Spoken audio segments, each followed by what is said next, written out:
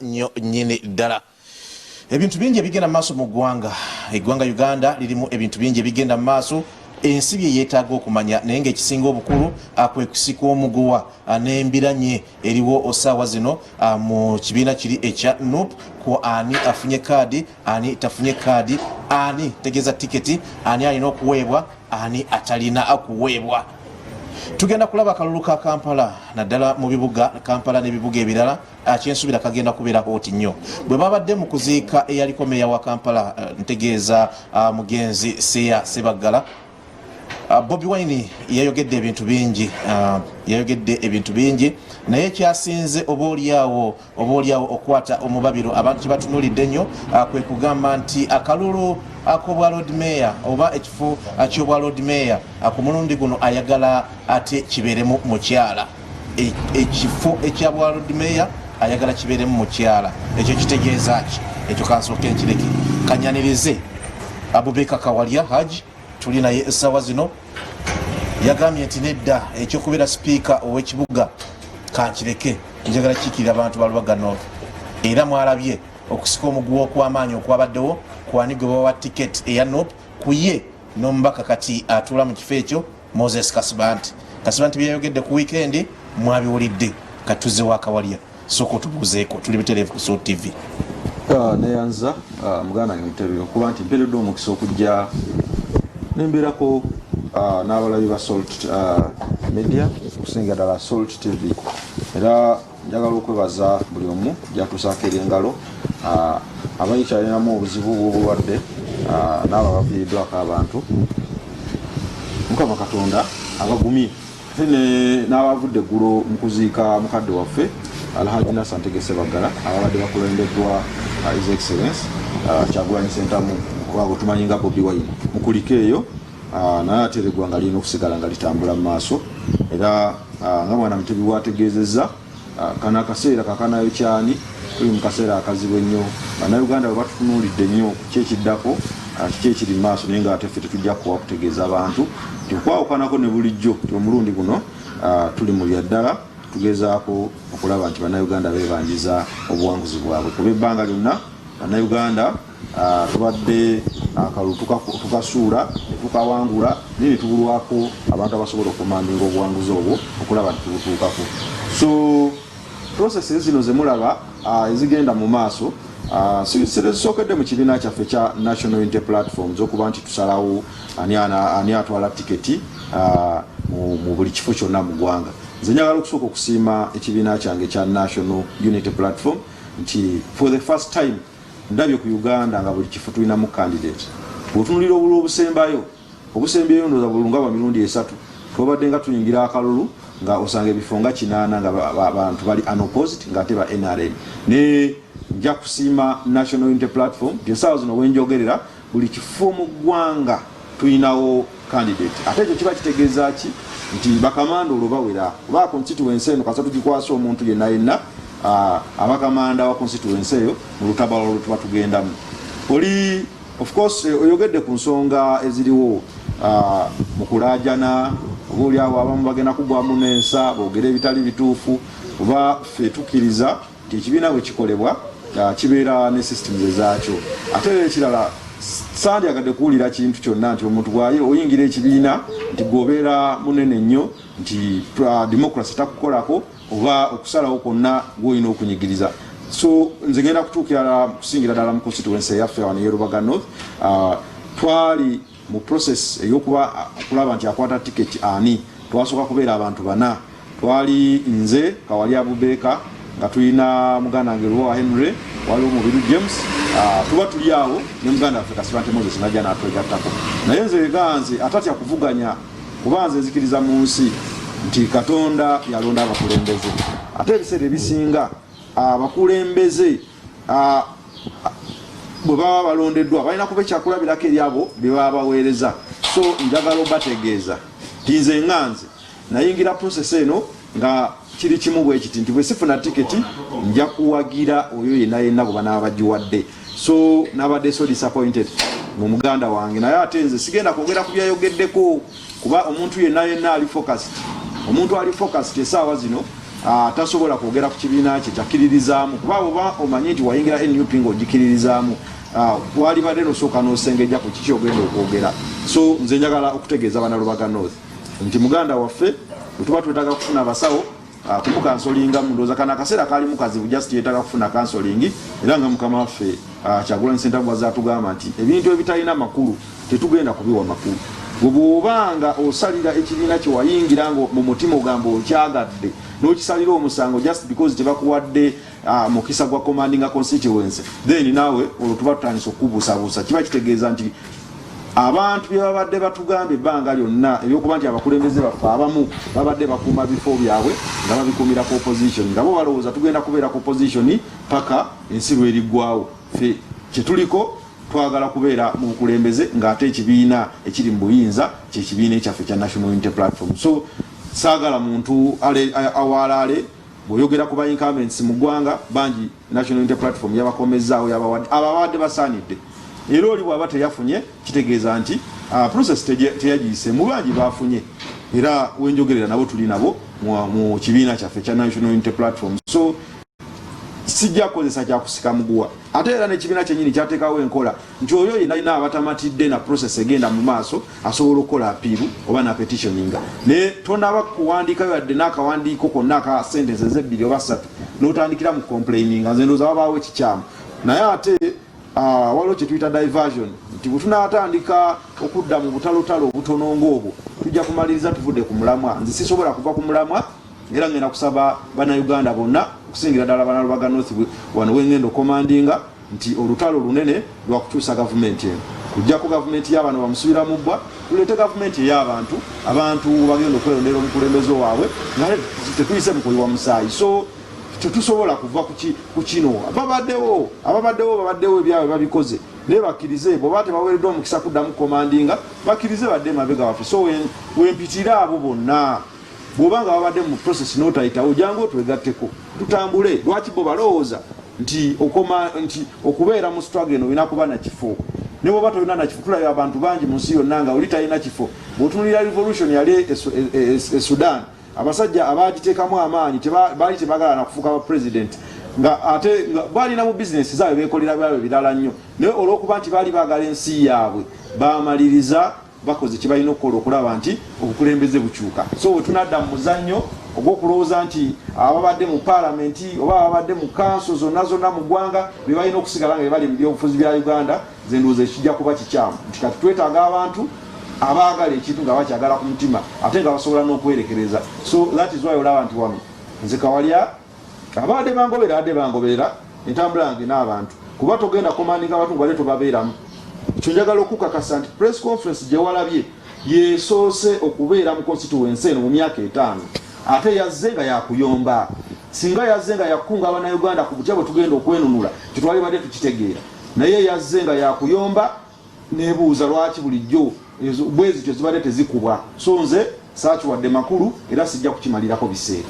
Tojja kukimalirako biseera. Wenzijidde wano nga mu motoka yo oluyimba lwotaddemu simanyi lwaki obadde olutaddemu nga otaddemu oluyimba olugamba nti abataasiga nsigo simanyi oba balinze makungula simanyi lwaki obadde olutaddemu ojja tunyumiza. Mwali mufunyeeko ku mbeera ebatabaganyanga mwenna bwe mwali mwagala tiketi yemu eya NOP oba mwasalawo vetting yebesalawo ani agenda?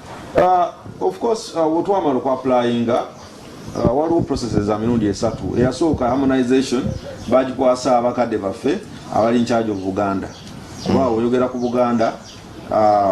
mwalimu Honorable Mpuuga nga mulimu Honorable Mwanga Kivumbi Honorable Kalwanga Honorable Namayanja awamu ne Honorable Mwanga Kivumbi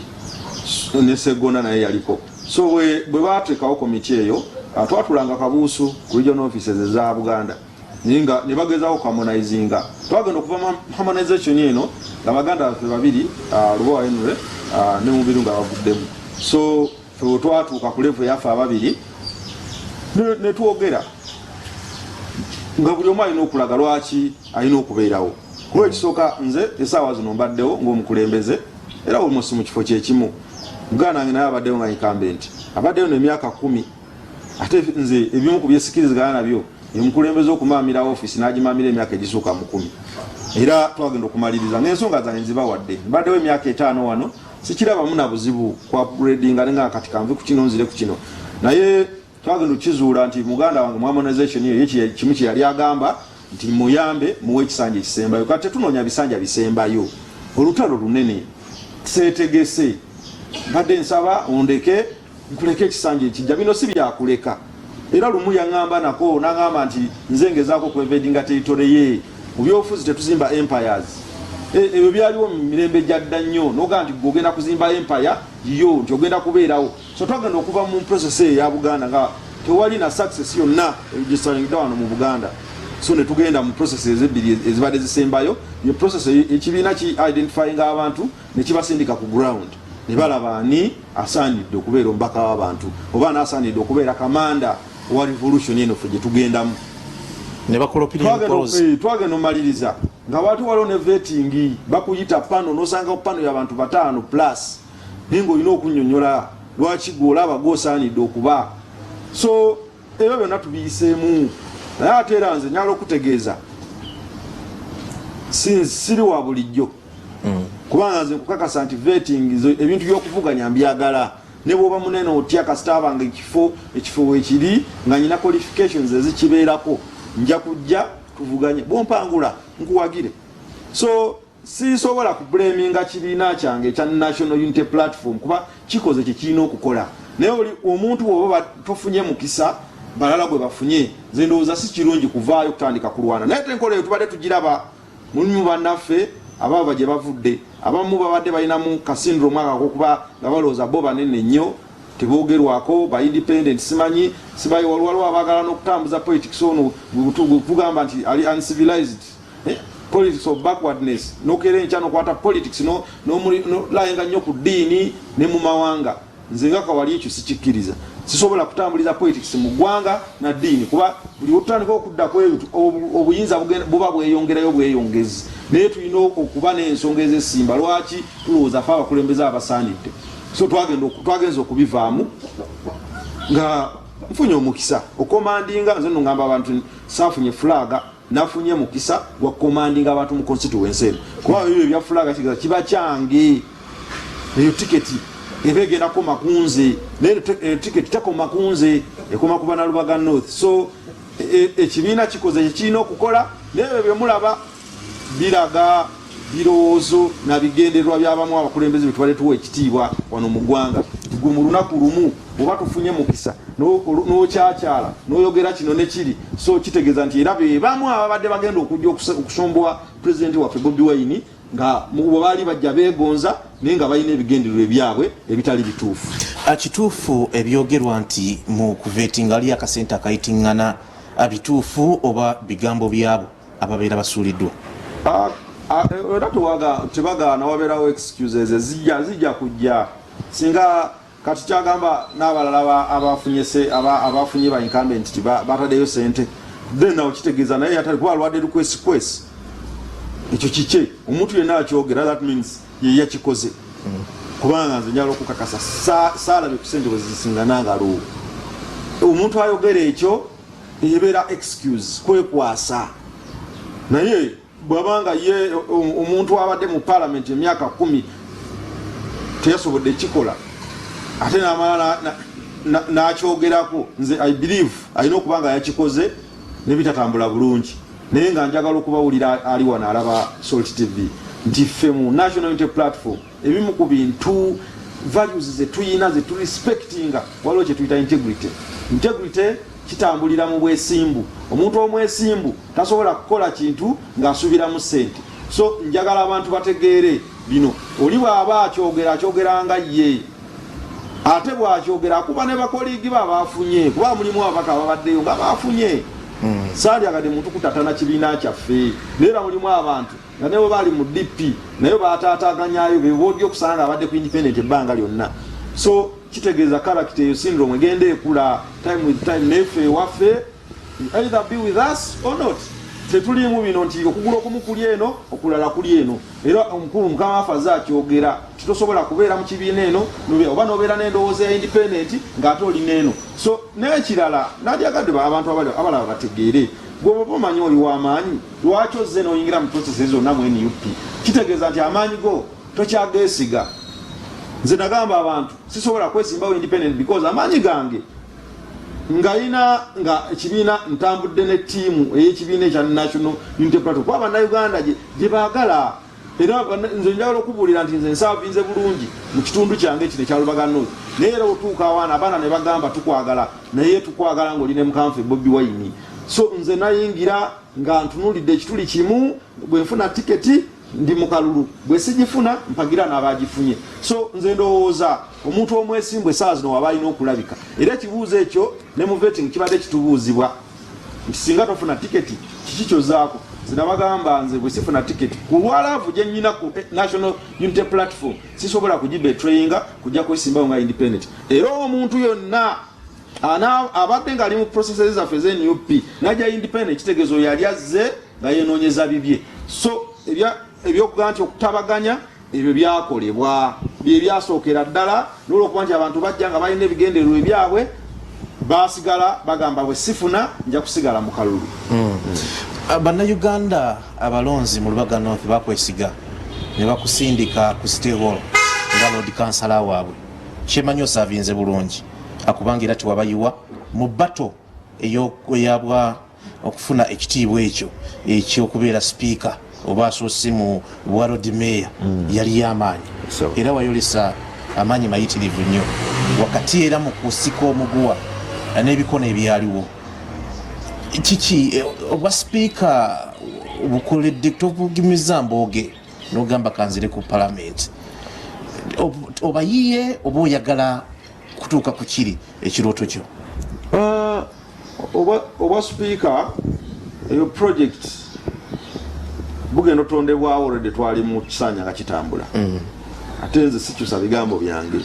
kuba nze mu 2017 bannalubaga North bansaba okwesimbawo ku bwemupi mu 2018 nenangirira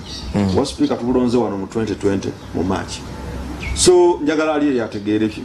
tinze kyokuba ndinafuuka speaker yaite kiyinzijja ku project yakuyamba mukamange Bobi Wine manyi nsobola kumuyamba nga mpeereddwa omukisa gw'okumaninga ku constituency eno ate so akumaninga constituency eno nga nsayo bakansala tekitegeeza ngenda kufokasinga mu katundu akanga akatono obwemupi nsobola bunyamba okusobola okukwata ekitundu ekinene nema nti buli kimu kijja kutambula bulungi so bino ebyokweyagaliza wa speaker si kifo kyange yera bosanga omuntu agamba nti nze obwemupi ekitundu kyange ekifo kyange tewali alina kukyesimbako nze nkimanyi waliwo baganda bange bato bange abalungi abagenda okusobola okuyingira KCC eyo ate tufunemu ne speaker omulala bino ebyokufuna ekifo n'olowooza nti ogenda kukibeeramu for forever mukama waffe Bobi Wine abadde waddembe ogamba Abanakyaddondo East nti mumanyi kansooka enzira ekisanja ekirala kimu n'olwokuba nti tulina ebituluma tulina ebitatambula bulungi mu ggwanga ebifo tubivaamu n'abalala bajje then tusobole okuba nga tweyongera ate waliwo obuyinza obusinga bwe buli era buli mu nsonga ezo bbiri bwa president na parliament bwe muba temuyina gavumenti mu buyinza era olutalo luno kiba tugenda ndugamba abantu tugenda kukola ekisoboka kyonna okulaba nti tuyingira State House tewali kyoyinza kukola ne bwobeera nga muwangudde ba LC5 bonna mu Uganda nga bakansalazi bonna mubayina naye nga parliament ne executive nga tebitambudde bulungi muba mumala biseera so njagala mbeera omukwabo abagenda okukola parliament y'eggwanga ate at the same time ngasobola okubeera ku executive y'eggwanga so bino byoga nti nze okuba nti owa speaker mbuweereza omwaka gumu simanyi naali badde enzirayo ekyo kyali kyatambula dda ngera kirina okutambulira ddala naate era tuteeseteese bulungi abantu era olaba lisiti yaffe NUP ey'abakansalazi be LC5 nkakasa tusobola okufunamu speaker agenda okuweereza bannakampala emyaka 5 egiri tuyanza nnyo tuyanzeege tulina omukulu Abubakar Akawalya abadde speaker wa KCCA era ng'akiikirira abantu ba Lubaga North mu wali ku City Hall nga obaolyawo kansala waabwe ba Lord Councillor bwe tutunuulira embeera kati egenda mu maaso mu ggwanga abantu bingi bye boogera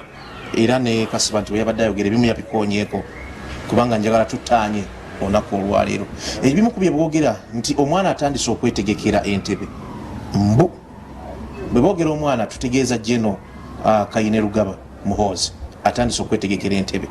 ebimu bibakoonako nti aleeta ab'emyaka gye kati era ye positioninze kituufu nti emabega wo gyali nga ebyogerwa kuba nakugambye diversion siva ku mulamwa nze emyaka Bobi gyali nansingako omwaka gumu ye muvubuka gwenzikiririzaamu ebyo bya Muhoozi byaba babyogera era binyonyola okusinga ensonga ezitalina makulu tetuziwa makulu tutwavaayo clearly ne tugamba this time round twetaaga omukulembeze akuze ng'amanyi ebitambula ebigenda maaso mu ggwanga akulidde mu mbeera ezaffe tetukuliddemu so ebyo bya Muhoozi byammwe n'abo ababyogera byammwe n'abo ababyogera era sisobola kubiwa budde nze ekyange kyemmanyi ate tewali era ababagira ebyo byammwe nabeera gye bali ababikubira eŋŋoma nze eŋŋoma gye nkuba ya Kyagulanyi Bobi Wine kyose njagala ali yantegeere eŋŋoma gye nkuba ya Bobi Wine n'abakuba ebyo nabo gye bali so tosobola kumbuuza byesikubira ŋŋoma eŋŋoma gye nkuba yeeyo ate njikuba ngenda making sure nti tugiggusa kuba abo tetubategeera bebamu tosobola keera kyakuŋŋamba nti nkuba ŋŋoma eno ate nga nti ate behind the scenes nkubayo ŋŋoma ndala tuleke kujja Bannayuganda ku mulamwa tubaleke nga bali ekisooka bo Bannayuganda obalaba beba tusinga n'okulaba ebintu bino neffe ne twefuula ababibalabira yes abantu babadde mu paalamenti eyo ng'omusimbi gutambula nalaba abantu wano walo sente zaayonoonebwa wano kuba ojjukira probe ya Bank of Uganda abamu kubalumirirwa Uganda wafuluma fake report naye nga n'omubaka w'ekitundu kino yagisayiningako waliwo obunafusi obusinga obwo so njagala okubategeeza nti tuleke kujja Bannayuganda ku mulamwa wano juzi obeegabanyiza omusimbi ebiliyoni kumpi meka ne bawa buli mubaka miliyoni 2 nkukakasa n'owa wano bwebaba nga yazizayo kifuba kuba yali aganyo zizzaayo so waliwo ebintu ebadde bijja bituluma tuleke kujja Bannayuganda ku mulamwa n'otegeera nti abasomesa balina problems beetaaga okuyamba naddala abasomesa baffe abali mu private schools n'otabayamba naye nga ate okukeminga nti oli musomesa ensonga nyingi nnyo naye wojja abantu ku mulamwa kitegeeza oba ofunye ekizibu so abo ababyogerere ebyo babyogerere naye nze njogerera kya mukama wange His Excellency Kyagulanyi Ssentamu Bobi Wine. Kasibante Moses mu kiseera kino yakyali omubaka nga tetunagenda mu kalulu abaddewo emyaka 10 olowooza biki ebiganye kawala byogenda okutereeza naddala mu kitundu kino kyeyagala kiikira ekisooka nja kumwebaza byakoze sijaga nti talina alina ebirungi byakoze naye ekyenjagala tutegeere nti mu politics mulimu kituyita being a team player okolera wamu ne banno nga toliro abasambi b'omupiira waliwo namba 9 mu kisaawe oyo ye talina nnyo mugaso naye ekirungi kye bumupiira ogumutuukirako guba gujja kunyeenya oyo namba 9 tubayita balon strike abo yabeerayo eri kati yo omukulu abadde lone player ye nga asamba kikye period era nga ebyo nami walabye ayogera muganda wange sandyagadde namwogerako nga bwe nkuganye nti press conference eyo mu myaka 5 yesoose wabaawo ekizibu kyekisooka bizibu bingi ebadde bijja betunyiganyiga wano nga taliiwo abaana bamunoonya tebamulaba ng'ogyeko parliament yes of course tukimanyi nti omulimu ogusinga obukulu nnyo gwa legislation genda kuyisa mateeka ate era tetufunyeeyo tteeka Bannayuganda tebyeyagaliramu naye ate simulabyeko bwa resigninga kuva mu parliament kitegeeza abadde mumativu nnyo nebadde bigenda mu maaso mu parliament ensonga endala ng'olondebwa abantu aba bakulonze n'omukwano omungi basigalemu tobaddukamu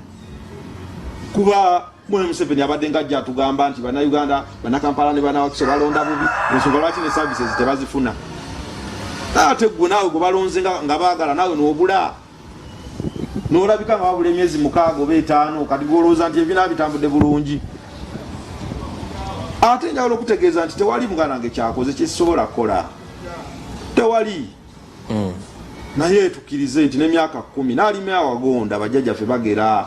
ne bw'oba olimye bulungi nnyo ng'olimye wagonda naye obudde bw'okunyuka butuuka okola ki onyuka n'ovaawo tutandika okukomparinga ku bakulembeze nti mu myaka 10 bwe giti between 2011 ne 2020 twalina gundi yakola bw'ati between 2020 ne bangi erinaddako twafunye kawalya naye yakola bw'ati so sandyagadde muntu alulabe nga lutalo politics abeera mu competition naye ate abantu tutidde nnyo competition lwaki tugitya goba omanyi nti abantu bakwagala lwaki olajana tugende mu boxi amaanyi g'abantu gajja kulamula ani alina okubeera omukulembeze waabwe so bino byoga nti kyatakoze njagala otegere nti politics ono abaddewo kuviira ddala nga twakafuna independence tuze tufuna abakulembeze ab'enjawulo singa kyaliwo ekityo nti bajjajjaffe abalwanya independence bali badde bakyaliwo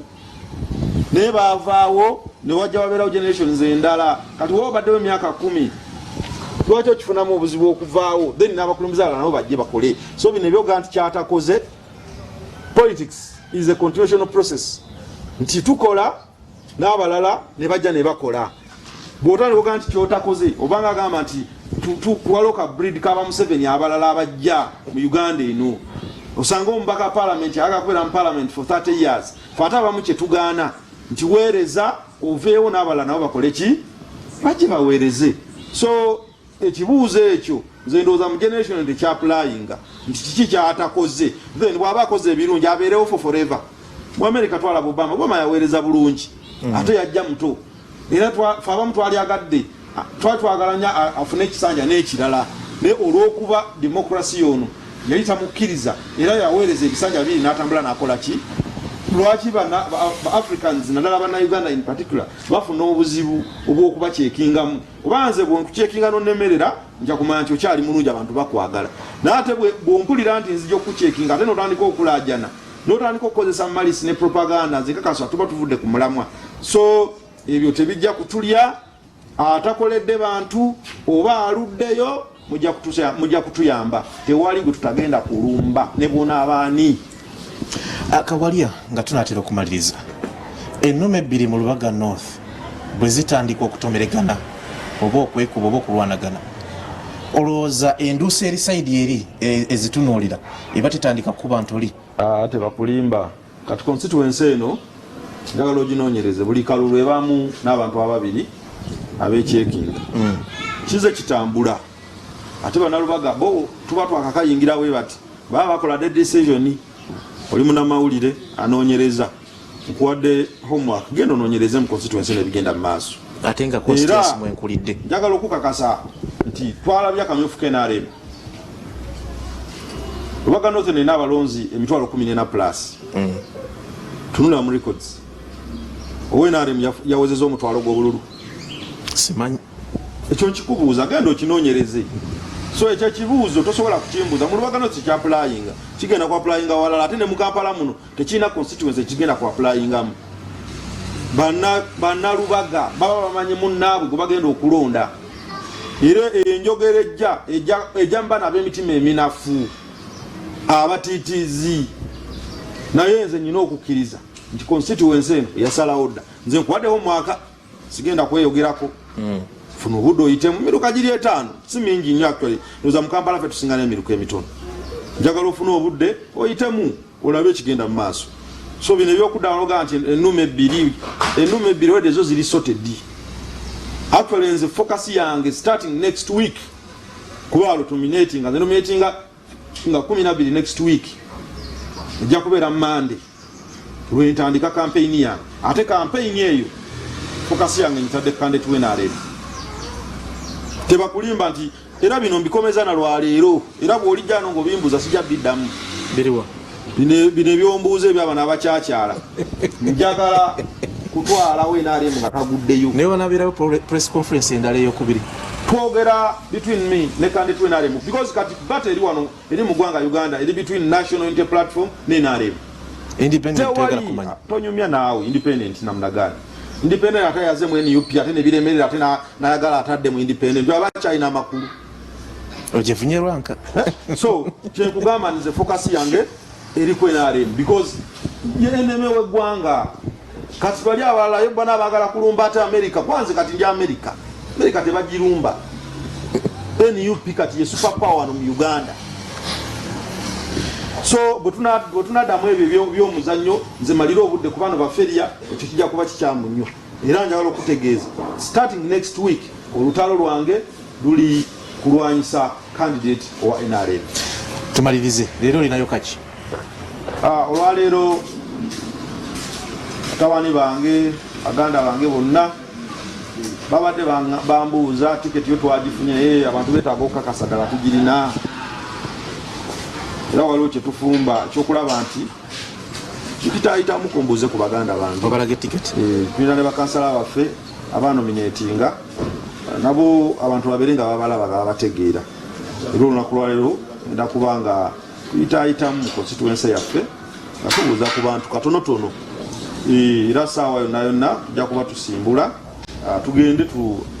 tubeereko n'abantu baffe kuba nabo baagala okumanya ekigenda mu maaso naddala ku nsonga za mukama waffe His Excellency Robert Kyagulanyi baagala okumanya ku kigenda mu maaso so nkakasa nti olwaleero nja kubaamu era abaana babali oba buli omu wala tunaabasanga ku mirimu gyabo oba tunaabasangawa tujja kuba tuyitawo tubabuuzebuuzeeko paka obudde obunaazibira naye nga njagala okubagumya nti buli kimu kiri muzuuli nnyo twasimbudde dda era obuyinza tubwagala ate nga si muzannyo tubwagalira ddala speringira akagambo kano POLICE sebo ebyo tujja byogera lulala poliisi eyo sogerera poliisi ngamba yakukkiriza oba oli mwogezi wa poliisi ozeekoze kubuuza wano ya poliisi sebo toli mwogezi wa poliisi olunaku olwaleero tulina kukola ogenda kutwala kaadi giraga bantu ku mirimu mu butale buli muntu waali segiraga bantu kutegeeza abantu baffe kutegeeza abantu baffe n'abalina kaadi mu bifo ebyenjawulo buli kimu kijja kutambula ate lwaki onsumuluza ebitannaba kujja poliisi yakusindise kamera zaffe weeziri buli kimu tugenda kubanga tukikwata buli kimu kubanga abantu batulina obbawa amawulire binatambula bitya eyo yenteekateeka eriwo olwaleero eya munnaffe Abubeka Kawalya agenda kuyitaayita mu bantu nga bwayogedde ne bakansalazi abaweereddwa tiketi ey'ekibiina kino ekya NUP mu Lubagano waffe abantu basiiba neyanziza nnyo Mutebi tenja kwebaza Pasa Bugingo naye ne maama waffe Makula okuba nti mwatuteerawo omukutu guno gwe tuyita ne tuddamu abagezaako otuzoganya ate n'okusaba kwazeemu era nja kusaba pasita wange Bugingo ewe ku mukisa nzijjeko wali ku Kanani nkimanyi bantu bange bangi abava mu constituency nga basabira awo era nja kusaba nga mpita omuganda wange Mutebi n'olunaku nange nzije nvimbireko ku katuuti awo njogere eri eggwanga kuba abantu bangi bagoberera ebintu bino era nja kugumya Banalubaga North bagambe nti omwana wammwe wendi kulembeze wammwe abadde nammwe mu buli mbeera wendi ate naddala mu mbeera eno nga ne president waffe His Excellency Robert Sentamu Kyagulanyi yavuddeyo n'alaga eggwanga nga eyasazeewo kibiina ky'NUP kisobole okuba nga kulembera constituency eno okugitwala mu nsi ensuubize okugitwala mu nsi ensuubize. Muhammad Wamala ne Fedi Nabwire muri mu studio. Lwaki sibaddiza muzindaalo ffe bwe tutambudde natambudde ne Eddie natambudde ne Kasirye Dennis wamu ne Peter Bunyasi. Ffe tubagaliza bwagaliza olunaku lulungi musibe bulungi mwera.